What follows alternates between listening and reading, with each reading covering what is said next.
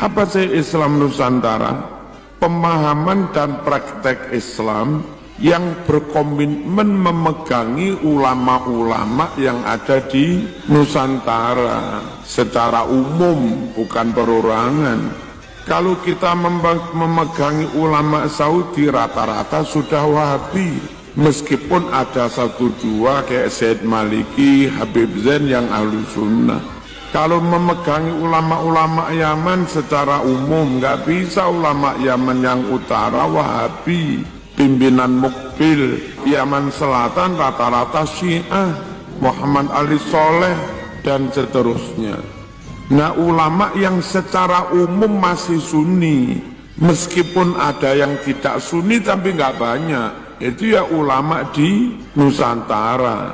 Nah, sebetulnya Islam Nusantara itu paham dan praktek Islam yang berkomitmen memegangi ajaran fatwa ulama yang ada di Nusantara. Kenapa mereka dipegangi? Satu, karena secara umum Asy'ariyah, Maturidiyah, madhab mau mulai Aceh sampai Papua ya rata-rata begitu.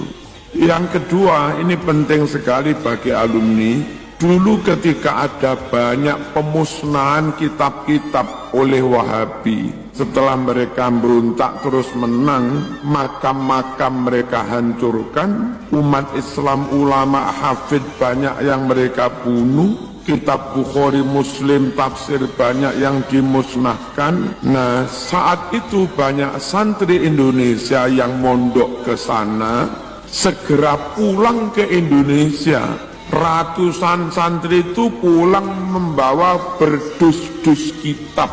Apa itu artinya? Ribuan kitab Sahih Bukhari, Muslim, dan yang lain-lain yang di Arab dulu dimusnahkan, lewat para santri itu diselamatkan Allah di bumi yang namanya Nusantara. Itulah. Beli Sahih Bukhari baru di Saudi, ya sudah modifikasi. Beli tafsir Ibnu Katsir baru di Saudi, ya sudah dirubah-rubah. Beli tafsir Sawi baru di Saudi, sudah dirubah-rubah. Tapi kalau zaman ngaji Sawi apa atau apa di Lirboyo Sidogiri, zaman diajari oleh kiai dengan kitab yang asli. Jadi nun sewu, teman-teman yang mungkin merasa etnisnya bukan Nusantara, bukan pribumi, nggak usah tersinggung. Istilah Nusantara itu seperti itu. Nah, ulama Nusantara yang dipegangi oleh Islam Nusantara itu, ya ada ulama pribumi, ada ulama habaibnya dari Timur Tengah. Jadi jangan digoreng-goreng ini giringan untuk menuju anti Arab, anti Habaib. Bukan. Yang kita pegang itu ahlu sunnah wal jamaahnya, dan mereka masih punya kitab asli. Zaman kendalem lah, kitab-kitab yang sampul lawas-lawas itu nyari begitu di Arab susah. Sudah cetakan mungkin 200 tahun yang lalu. Sementara di Indonesia masih terawat dengan baik. Islam Nusantara itu kayak begitu. Ketika ditanya, Ustaz, kenapa Islam Nusantara? Saya balik bertanya, di mana ada ulama yang mengajarkan hormati cium tangan keturunan Rasulullah SAW? Ya ulama Indonesia. Guru-guru kiai ustadz Indonesia itu kepada muridnya mengajarkan itu keturunan Nabi. Kau hormati, kau tabarukan, kau taklim, kau cium tangannya. Itulah Islam Nusantara. Nah, kalau enggak di sini terus pulang ke Arab, lah sopo sing ngambung tangannya. Di Islam Nusantara itu Islam yang mengajarkan menghormati keturunan Rasulullah. Kalau kau terus kok digoreng-goreng menentang keturunan Rasulullah itu piye? Allahumma shalli ala sayyidina Muhammad.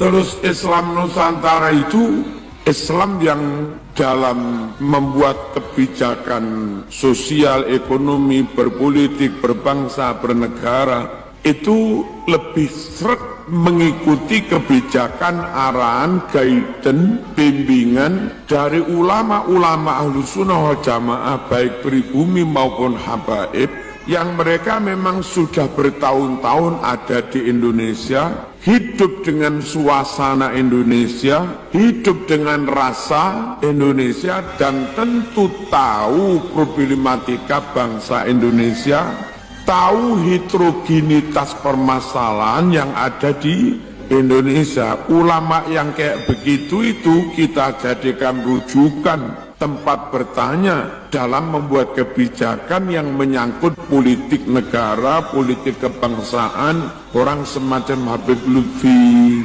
ya kan? Kalau dulu di Jakarta Habib Ali Kuitang dan seterusnya. Apa Islam Nusantara itu? Yang dalam membuat kebijakan-kebijakan ekonomi, politik, sosial, dakwah itu lebih sering mengikuti ulama yang sudah lama hidup di Indonesia, di Nusantara.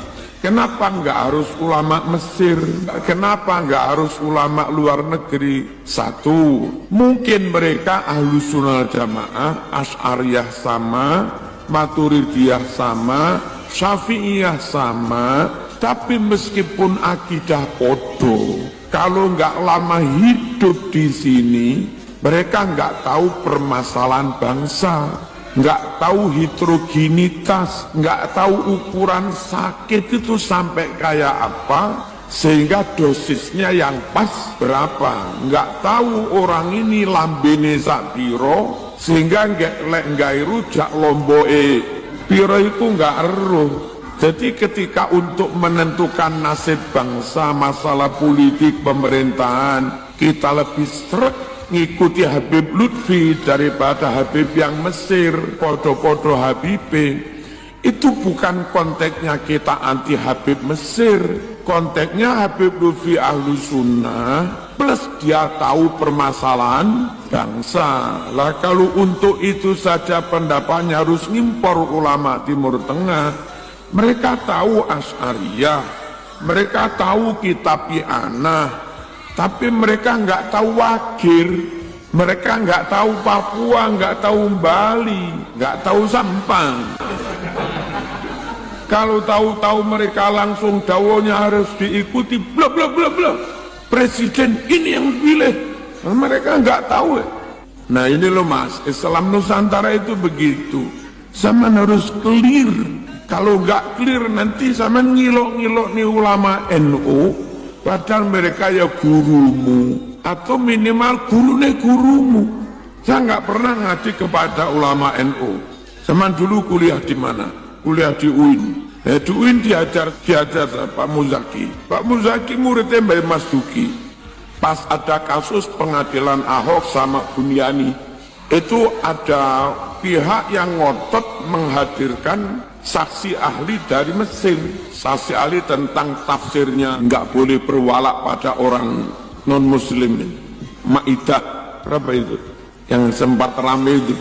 Nah terus bukan kita nggak percaya tentang kealiman mereka, ulama Mesir tentu tahu tafsirnya ayat itu, ulama Saudi Yaman tentu tahu tafsirnya ayat itu. Tapi apa mereka tahu konstelasi politik yang terjadi di Jakarta, dan bahwasanya sidang itu nanti menang atau kalah akan berdampak besar terhadap masalah perpolitikan.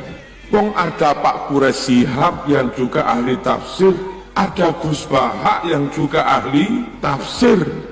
Kenapa harus mendatangkan dari mereka?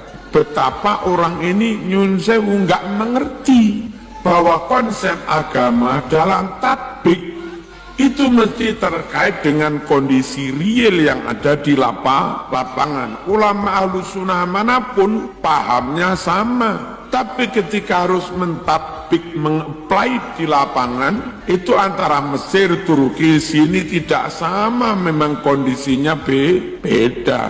Paham ya? Nah, jadi istilah Islam Nusantara itu seperti itu. Allahumma shalli ala sayyidina Muhammad.